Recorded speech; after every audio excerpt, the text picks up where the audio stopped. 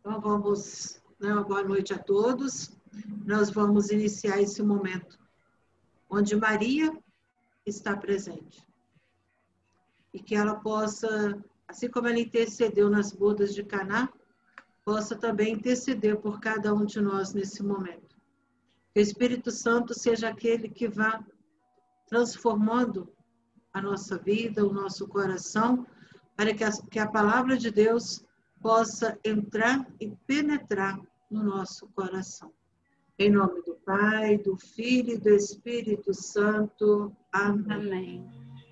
Ave Maria, cheia de graça, o Senhor é convosco. Bendita sois vós entre as mulheres, e bendito é o fruto do vosso ventre, Jesus. Santa Maria, Mãe de Deus, rogai por nós, pecadores, agora e na hora de nossa morte. Amém. Maria, Mãe da Igreja, rogai por nós. Em nome do Pai, do Filho e do Espírito Santo. Amém. Hoje tem tantas coisas que Deus vai mostrando, né, para a gente ir falando. Encontrei aqui uma nota da Bíblia, da Ave Maria, gente, muito boa. Deixar para o finalzinho, que vem explicando, né? E temos a catequese de São João Paulo II, que vai falar exatamente sobre as bodas de Caná, que tem muita coisa boa. E depois a gente vai encerrar com um documento de Aparecido, que é bem pequenininho. Espero a gente conseguir não ficar 4 horas. Né, Marquinhos? Então, no momento que a gente pensa, né, nas bodas de Caná, que eu acho que todos vocês já leram, e já conhecem bem o Evangelho, o que me chama a atenção é que Maria foi convidada para o casamento. Então, com toda certeza, Maria era conhecido daquela família. Mas Jesus também não ficou de fora, porque se Jesus era filho de Maria, Jesus já tinha começado a sua vida pública. E Jesus não foi sozinho, não. Imagina, Jesus chegando com os 12. Então, era bastante gente, né? E Jesus, ele queria manifestar ali a glória de Deus. Então, ele carrega os discípulos com ele, mas também ele fica na dele. E é interessante a gente ver que Maria chegou primeiro nas bodas, para depois Jesus chegar. Maria é aquela que vai abrindo o caminho. E ela, o Evangelho não vai falar que Maria ficou ali do lado de Jesus. Não, Maria ficava observando. Aquela mãe que observava o que acontecia.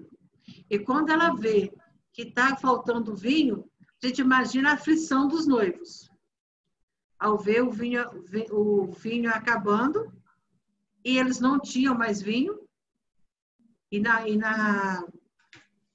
no judaísmo, o vinho era a bebida mais importante, ainda mais de um casamento. E no momento que Maria percebe que o vinho está para terminar, ela não tem outra dúvida. Meu filho está aqui. E meu filho pode resolver o problema.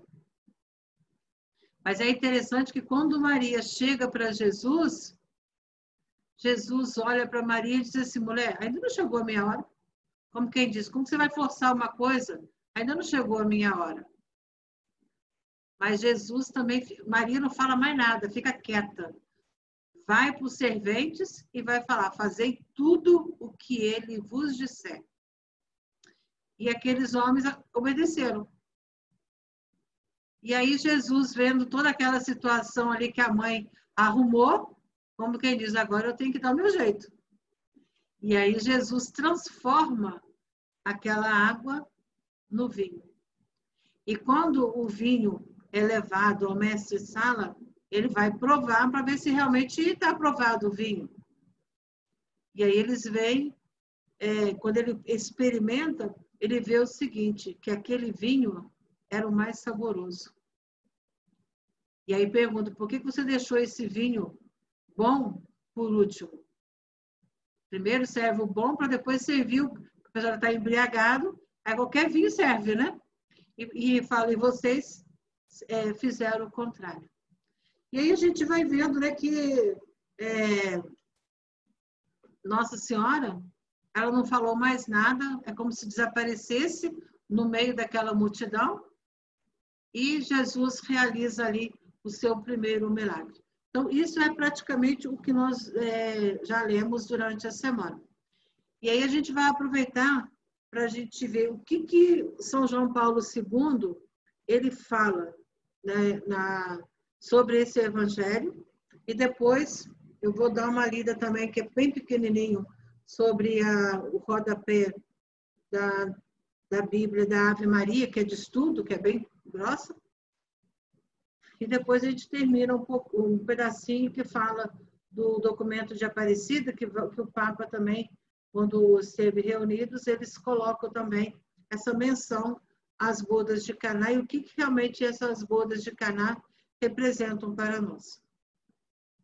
E geralmente quando fala, né, que Maria, ela é aquela que antecede o seu filho nas bodas de Caná.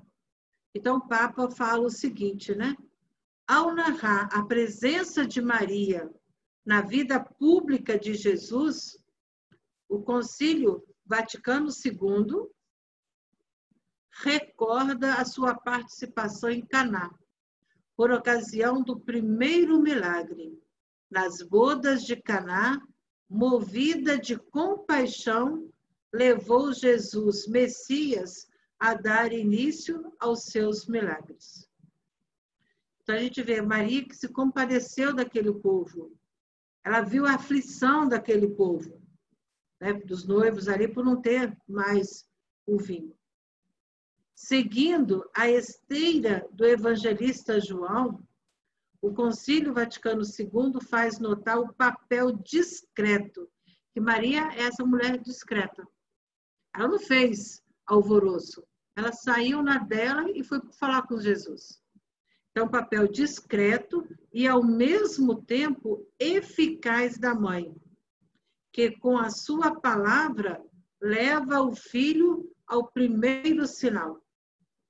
Ela, embora exerça uma influência discreta e materna, com a sua presença resulta, no final, determinante. Então, Maria, na sua discrição, ela que é mãe, né, aquele lado maternal de Maria, ela acaba determinando o que Jesus ia começar a fazer. A iniciativa de Maria aparece ainda mais surpreendente se se considera a condição de inferioridade da mulher na sociedade judaica. A gente sabia que a mulher, naquela época lá, o que ela era? Nada. Era a mulher que era inferior, que não tinha vez nem voz. E ali, naquele momento, como que a dignidade de Maria é elevada também por Jesus. Então, em Caná, com efeito, Jesus não só reconhece a dignidade e o papel do gênio feminino, mas acolhendo a intervenção de sua mãe, oferece-lhe a possibilidade de ser partícipe na obra messiânica.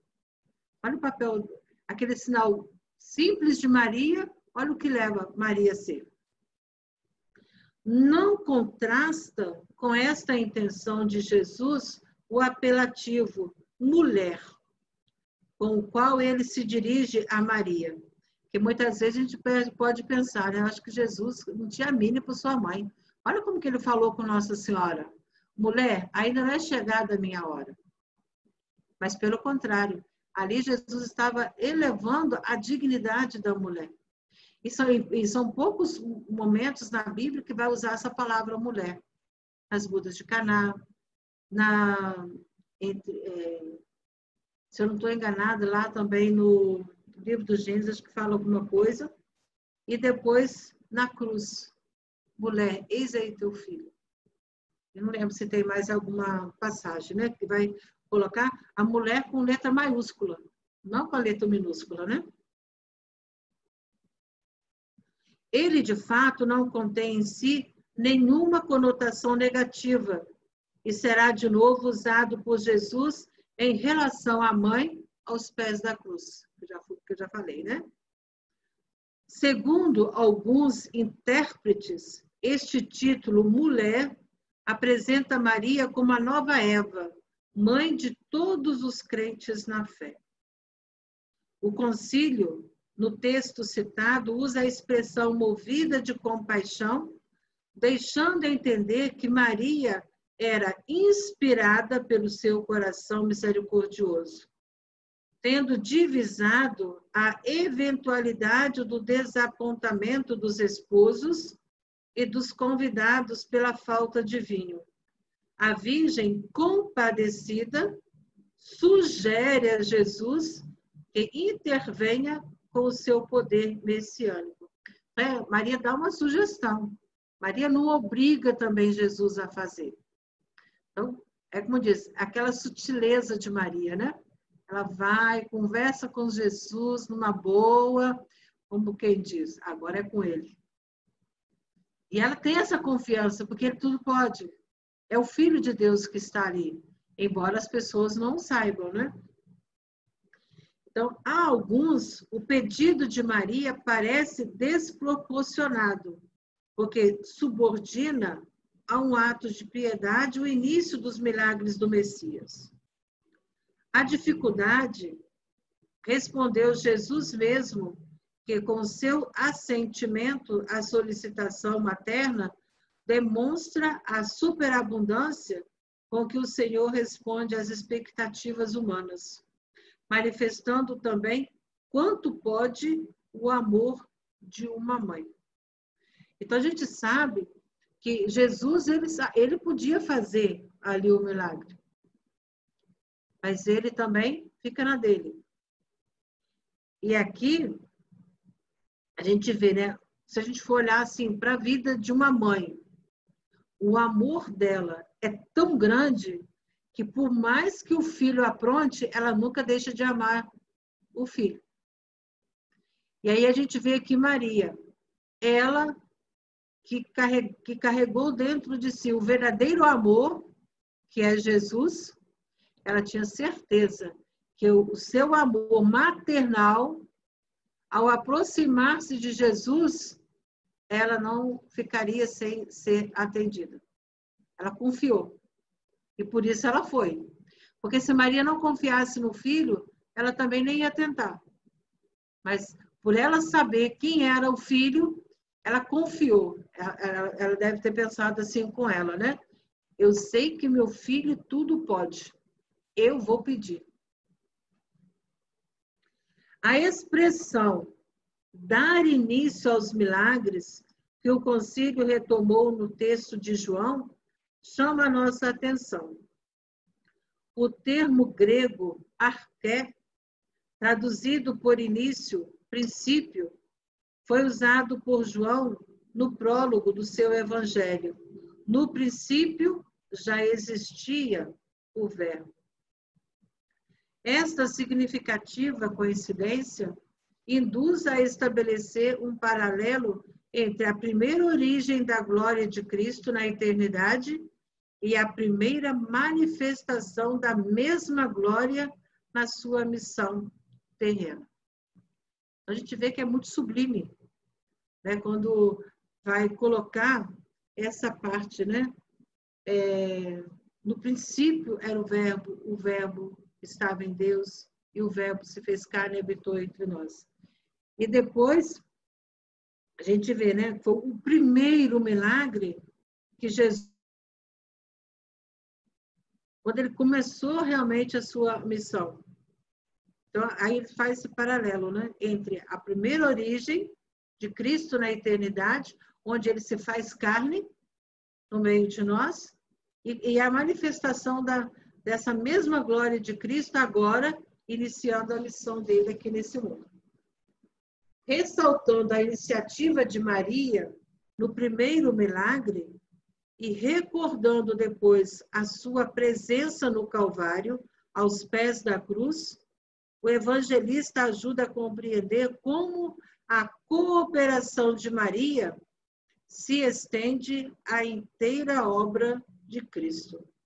O pedido da Virgem coloca-se no interior do desígnio divino de salvação.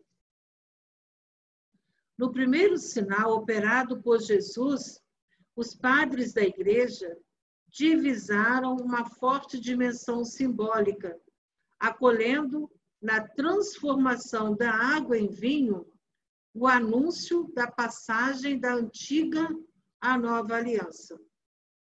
Em Caná, precisamente, a água das jarras, destinada à purificação dos judeus e ao cumprimento das prescrições legais, torna-se o vinho novo do banquete nupcial, símbolo da união definitiva entre Deus e a humanidade.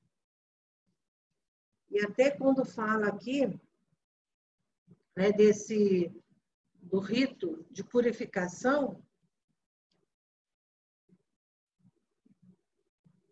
até coloca o seguinte, né, que a nova revelação, o vinho que Jesus traz é superior à água das talhas de pedra, que faz essa alusão à lei escrita em tábuas de pedra do judaísmo. Mas Jesus não traz um sistema doutrinal, e sim a manifestação de um mistério. Por isso escolhe bodas. A aliança messiânica foi anunciada pelos profetas sobre o simbolismo de bodas. Aí ele coloca onde fala Oséias, Jeremias, Ezequiel, que vem falando, né, daquele momento que fala das núpcias. O esposo é Jesus e a esposa é a pequena comunidade que se une a ele pela fé. A glória que os discípulos contemplam em Jesus é sua manifestação como o novo esposo messiânico. Então, a gente vê que não só coloca essa parte aí, né, de colocar esse simbolismo da purificação dos judeus, mas como vem colocando essa participação de Jesus e as primeiras comunidades que estão ali iniciando também a comunidade. E quando fala no Evangelho, que ali manifestou-se a fé, despertou a fé daquele primeiro sinal das pessoas que ali participavam, para poder dizer o seguinte, né? Que por meio da fé, por meio da nossa confiança em Deus, Ele pode realizar também na nossa vida maravilhas. Nós é que muitas vezes não deixamos Deus realizar as maravilhas na nossa vida. Depois nós temos também esse contexto de um banquete de núpcias escolhido por Jesus para o seu primeiro milagre, remete ao simbolismo matrimonial, frequente no Antigo Testamento para indicar a aliança entre Deus e o seu povo. E no Novo Testamento, para significar a união de Cristo com a Igreja. A presença de Jesus em Caná manifesta, além disso, o projeto salvífico de Deus a respeito do matrimônio.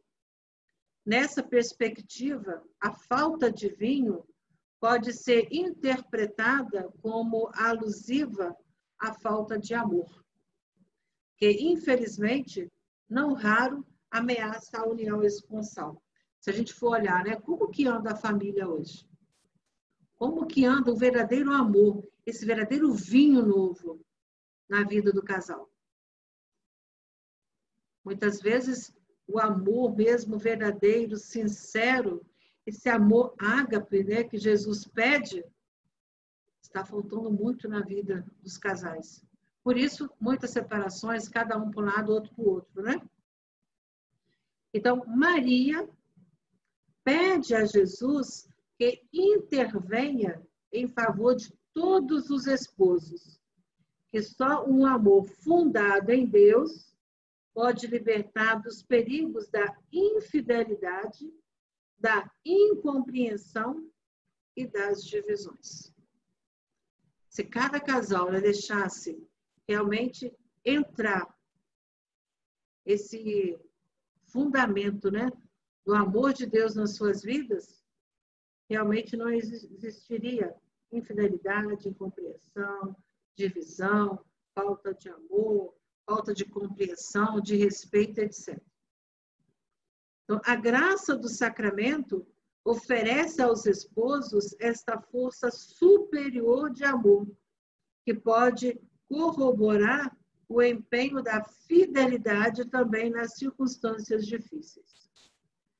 Segundo a interpretação dos autores cristãos, o milagre de Caná contém, além disso, um profundo significado eucarístico, realizando na proximidade da solenidade da Páscoa judaica.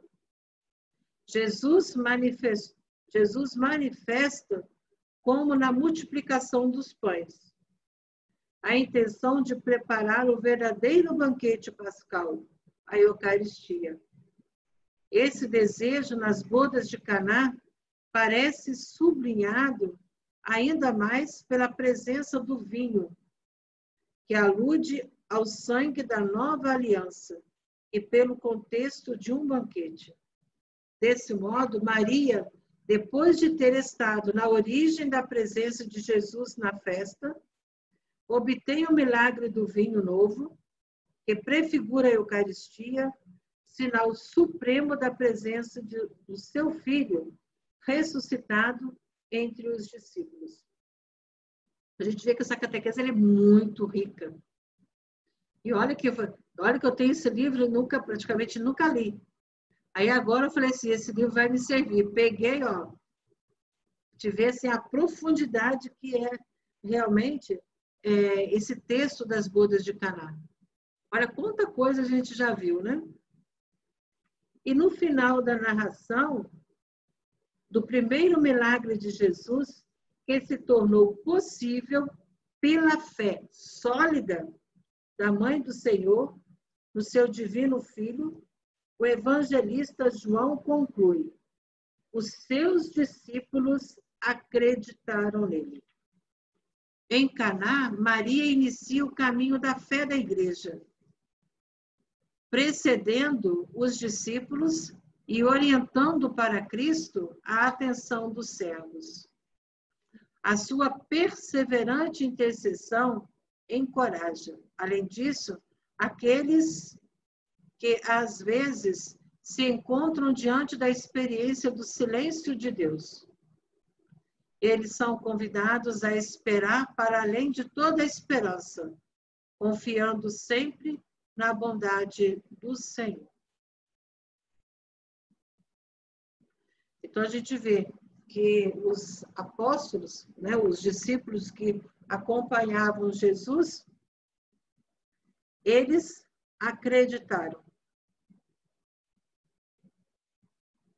E ali manifestou-se, no versículo 11 do Evangelho de São João, quando fala, esse foi o primeiro milagre de Jesus, realizou em Caná da Galileia, manifestou a sua glória e os seus discípulos creram nele.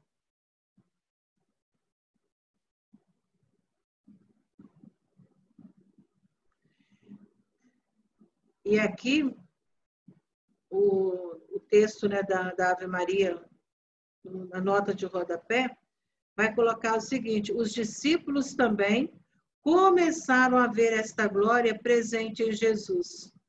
Foram se enchendo de alegria, de tal maneira que já nada nem ninguém lá poderiam arrebatar. Esta aliança selou-se e chegará a seu pleno cumprimento no Calvário, de novo com a presença, como em Caná, de 3 protagonistas, de Maria, a mulher, do discípulo amado e de Jesus, o esposo, aquele que derramará o vinho do seu sangue por toda a humanidade. E aí, quando ele começa a falar, dar uma explicação que ele diz logo no início, ele diz o seguinte: não se trata de uma simples crônica de bodas. Existem demasiadas anomalias no relato. Não se fala do esposo nem da esposa. Jesus recusa o convite e depois faz o milagre. Porque quando fala que ele recusa. Por quê? Porque quando Maria fala, meu filho, eles não têm mais vinho, Jesus fala assim, mas o que eu tenho a ver com isso? Não chegou a minha hora ainda? Mas, ao mesmo tempo, ele obedece à mãe. Como quem diz, eu vou ver o que ela vai falar. E ela ficou quietinha. E aí, depois, continua. Acaba o vinho em festa de bodas. Muda 600 litros de água em vinho. Era muito vinho. 600 litros de água em vinho. Quantidade excessiva para tão pouca gente. Existe uma acumulação de termos teológicos. Ora, sinal, glória, crer. Trata-se de um autêntico sinal joanino. Então, intervém, sobretudo, 2 personagens principais. Então, os 2 personagens principais aqui nas bodas de Caná, não é nem os esposos, é Maria e Jesus. Porque eles que vão articular tudo, né? E depois Maria não é uma figura decorativa ou apenas uma figurante, mas sim ocupa um lugar importante, embora o protagonismo seja de Jesus. Maria é modelo de fé e de obediência à palavra de Deus. Ela, diante da aparente recusa de seu filho, afirma: fazei o que ele vos disser. Então, aqui, toda vez que a gente fala, né, em obediência, a gente lembra dessa palavra, né, de Maria. Ela foi a primeira a viver a obediência. A obediência de quê? Na palavra de Deus. E ela tanto acreditava na palavra de Deus que ela disse para os serventes: fazei tudo o que ele vos disser, porque ele era a palavra. E quando Jesus fala para eles encherem as talhas, eles não duvidam de nada, porque eles lembram do que Maria disse: fazei tudo o que ele vos disser. E a gente olhando para a nossa vida, será que nós estamos realmente preparados para acolher o que Maria também hoje nos diz? Fazei tudo o que meu filho vos disser? Ou a gente ainda vacila na nossa fé? A gente vacila ainda nessa aceitação da palavra de Deus. Maria, ela disse e não quis saber de mais nada. Obedeçam. E por eles terem obedecido, há realmente o milagre, né? Convida os discípulos a adotar uma atitude de disponibilidade total a Cristo. Reflexo da posição do verdadeiro povo de Deus diante da aliança. Suas palavras são eco do povo fiel. Faremos tudo o que o Senhor disser. Faremos tudo o que o Senhor disse. Está lá no livro do Êxodo. Então, olha como que dá a ligação, né? Então, a gente vê assim que esse texto das bodas de Caná, ele é tão rico, que se a gente for procurar mais coisas, a gente vai encontrar. É quanta coisa aqui que eu realmente também aprendi. Porque tinha coisa aqui que eu já escutei muitas explicações, cada um explica de uma forma, né? Mas como eu encontrei hoje nessa catequese de João Paulo II, aqui na Bíblia, e agora para encerrar, o que vai dizer o documento de Aparecida, no número 272, a gente vai vendo o seguinte, né? A palavra de Deus ela é muito rica. E que falta realmente em nós esse verdadeiro amor pela palavra de Deus. E deixar que realmente a palavra possa transformar o nosso coração. Então, o documento de Aparecida, ele vai falar o seguinte: com os olhos postos em seus filhos e em suas necessidades, como em Caná da Galileia, Maria ajuda a manter vivas as atitudes de atenção, de serviço, de entrega e de gratuidade, que devem distinguir os discípulos de seu filho. Nós somos discípulos de Jesus. Será que existe tudo isso em nós? Atitude de atenção, de serviço, de entrega, de gratuidade. A Valéria está ali, ai meu Deus, haja questionamento agora, né?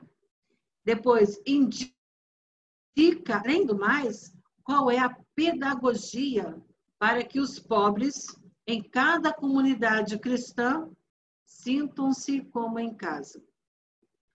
Cria comunhão e educa para um estilo de vida compartilhada e solidária, em fraternidade, na atenção e acolhida do outro, especialmente se é pobre ou necessitado. Em nossas comunidades, sua forte presença tem enriquecido e continuará enriquecendo a dimensão materna da Igreja e sua atitude acolhedora que a converte em casa e escola da comunhão e em espaço espiritual que prepara para a missão. A gente vê que é um trecho pequenininho que o documento de Aparecida nos traz, mas que leva a gente a refletir muita coisa. Se a gente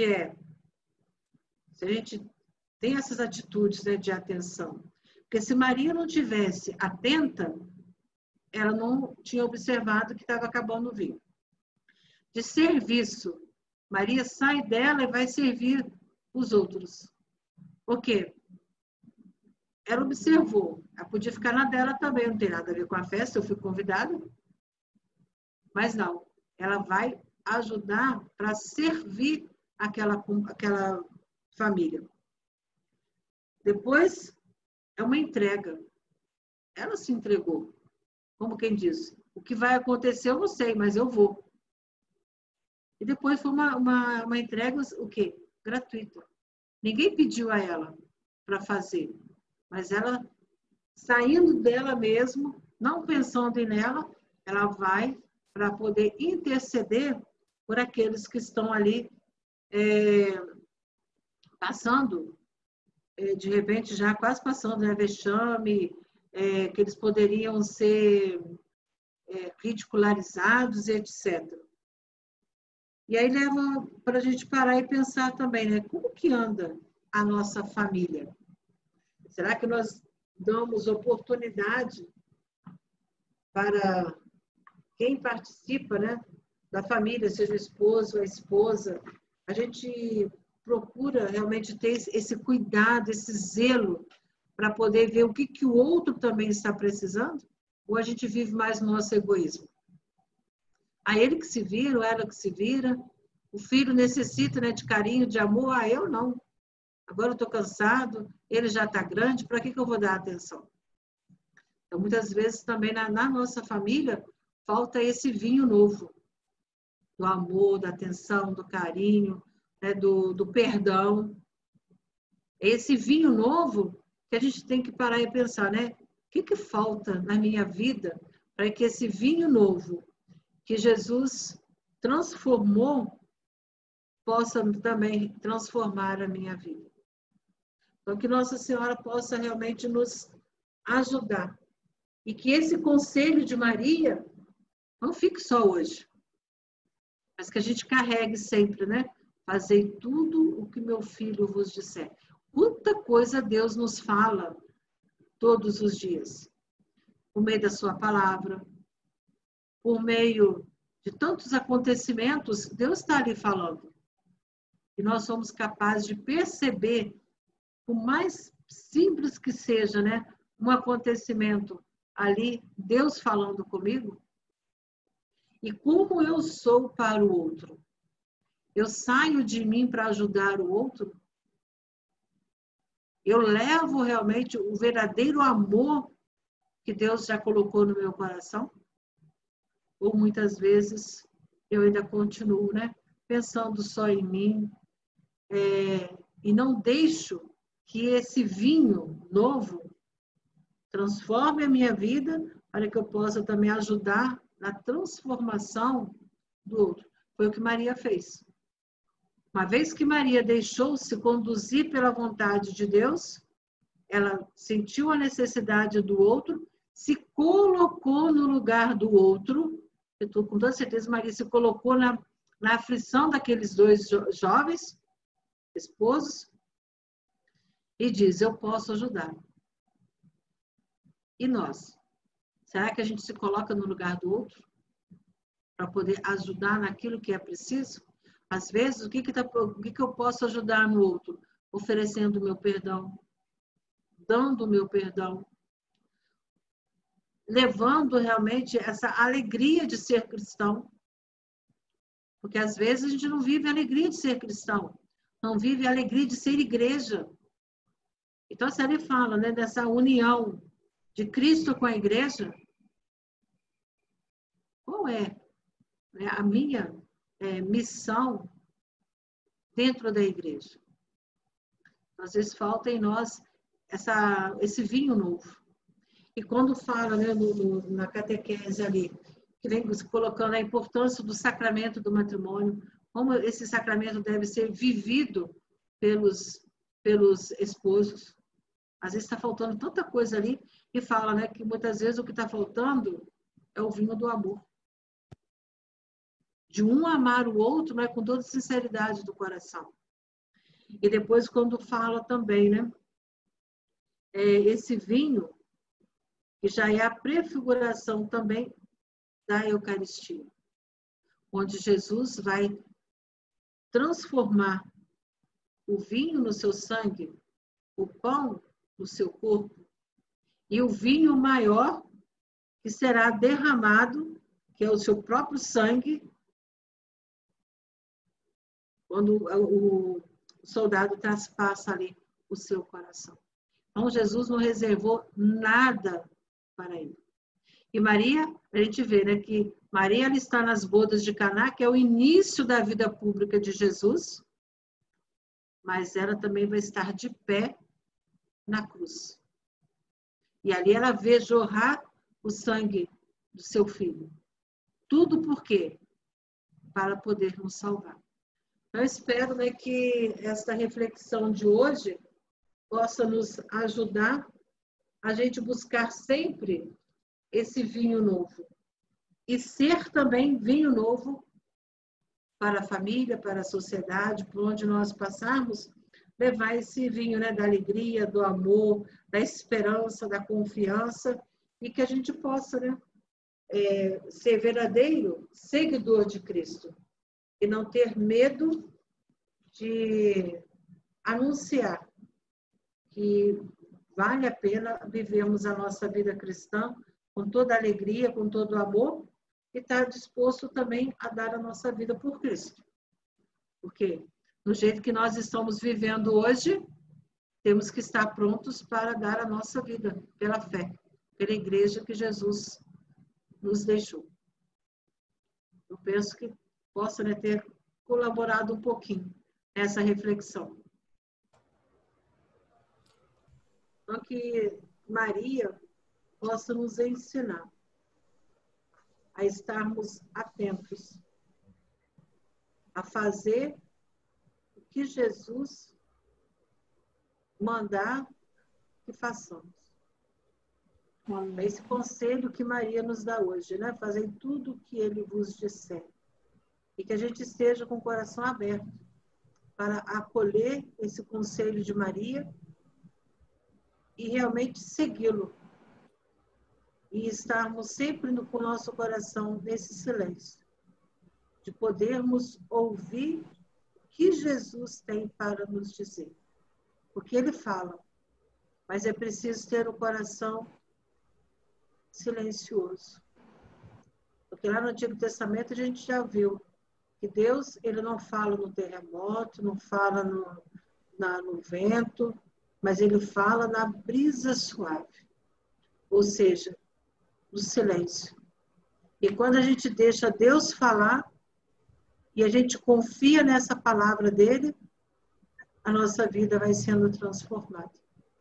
Então, que Maria possa realmente nos ajudar a guardar no coração o que Jesus nos pediu e que haja essa renovação interior em nós.